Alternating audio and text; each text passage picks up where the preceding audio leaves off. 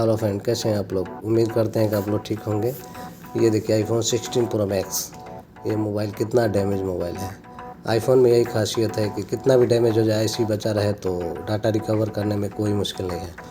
आप देख सकते हैं कि ये पूरा मदरबोर्ड डैमेज हो गया था। इसमें क्या आईसी जो है निकाल के, मेमोरी आईसी और सीपीयू बेसमेंट पूरा आईसी निकाल के दूसरे मदरबोर्ड में इंसर्ट कर दिया हूँ। और ये देखिए मोबाइल चालू हो गया है और इसका डाटा भी रिकवर हो गया है। आप मेरे वीडियो का अच्छी लगे तो लाइक सब्सक्राइब करें और आप अपने अनुमान से बताइए कि इसका लागत कितना आया होगा। Okay friend, thank you.